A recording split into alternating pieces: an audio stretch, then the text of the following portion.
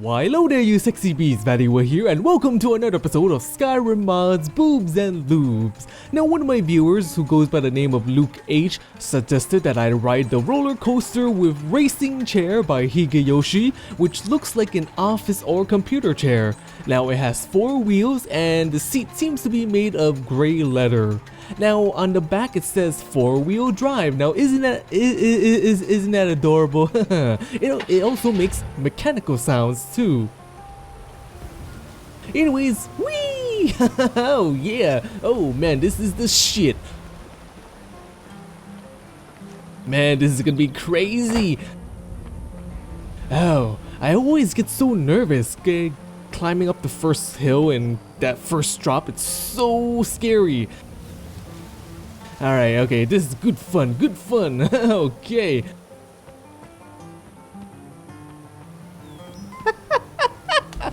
Oh my goodness. Oh shit. Oh man, we went out of control. Okay, anyways, back to the story.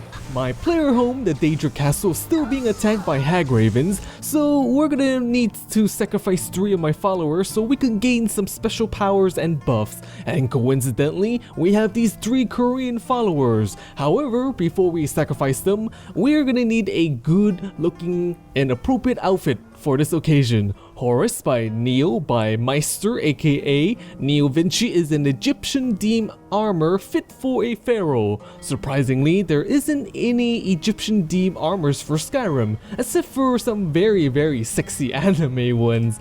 Now the Horus is a deity from ancient Egyptian times. The armor kinda reminds me of the Horus guards from Stargate SG-1.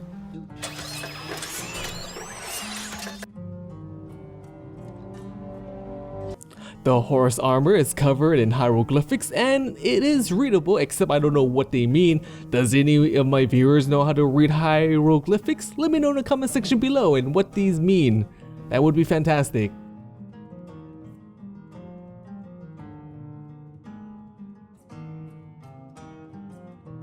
The Falcon helmet is the best part of the armor. The glowing blue eyes and shiny bird helmet look so sleek and fancy that it makes Captain Falcon envious.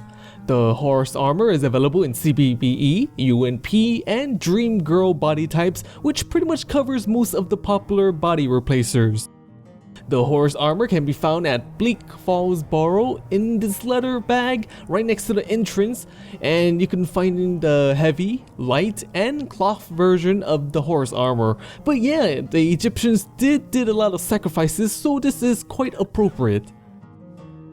In every ceremonial sacrifice, there is a priest, so let us go get one, shall we? Dragon Priest by Kahuan improves upon the textures of the Dragon Priest. The Dragon Priest has gotten a general improvement in textures and meshes.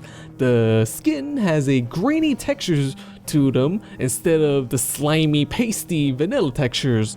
The armor seems to look a bit more rougher. All the rags and fabric on the Dragon Priest has a distinguishable threading that you could see. The Dragon Priest is available in 1K, 2K, and 4K textures. Now they're beautiful enough to be used in our services, so good work by Kahuan on making monsters and enemies look so much better.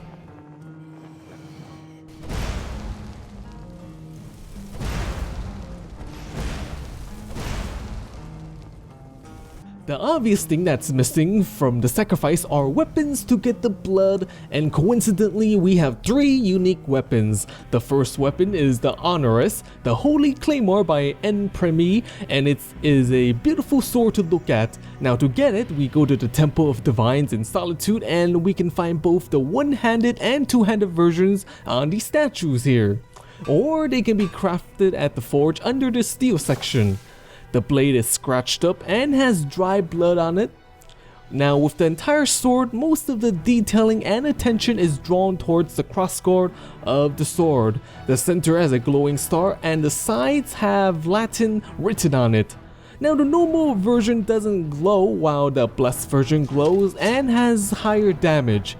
It is available again in one-handed and two-handed versions. Now this sword is quite tame and conservative compared to the next two swords that we're gonna see after the Honorus. The second weapon is the Vindicator, the holy Greatsword by Enpremi, and it's the most kick-ass and scary of the swords we're looking at. The Vindicator can be found at the Temples of Divines at Solitude and right in this chest here. Now it can also be crafted at the forge under the steel section. Again, it comes in the normal version and the glowing version, and the focus is mostly on the crossguard as well. The crossguard has some marks on it, suggesting that the number of monsters it has slayed before, and there are glowing words that says, "Lord protects me, light guides me." Now on the other side of the crossguard it says different things. It says, "Slay the demon," and "Annihilate the darkness." The blade has some teeth on them, which makes it so much more menacing, although in a recent update to the mod there's a toothless version that is available as well. But yeah, it's available in one-handed and two-handed versions, and I would say this is probably the second most extravagant sword.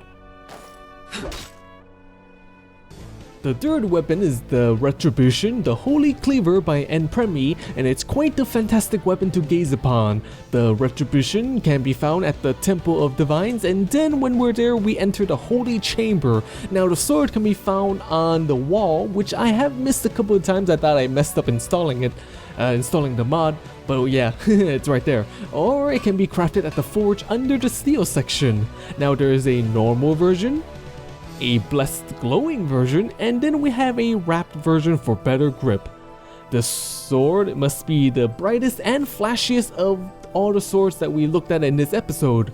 The entire crossguard pretty much glows. I mean, look at that. The entire rim also has some godly words written on them, and it's different on both sides as well.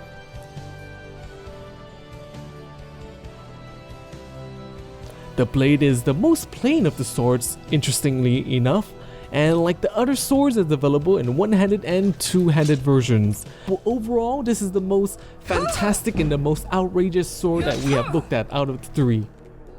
Now you're probably asking, why are we doing these sacrifices? Well, we're gonna need some much needed buff and much needed help. And since we have these 3 Korean followers and 3 swords, we're gonna use it to make the Magic Eyes and Pyramids by Denki Grove, and pyramids are triangular, get it? Pyramid, triangle, 3.